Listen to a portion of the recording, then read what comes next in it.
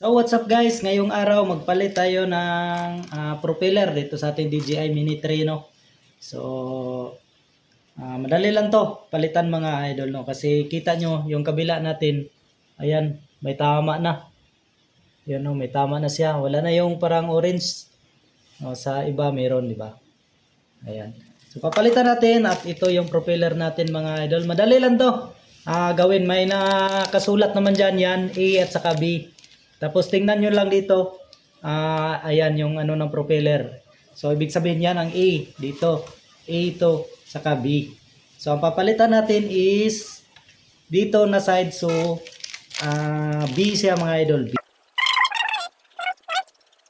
So ito yung propeller niya, saka may screw na siya. Tandaan nyo, pag magpalit din kayo ng propeller mga idol, magpalit din kayo ng screw.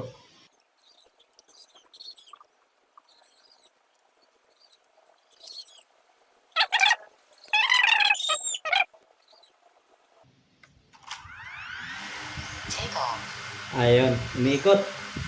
Ayan naman siya mga idol no. So maayos lang ang galaw niya. Ayun.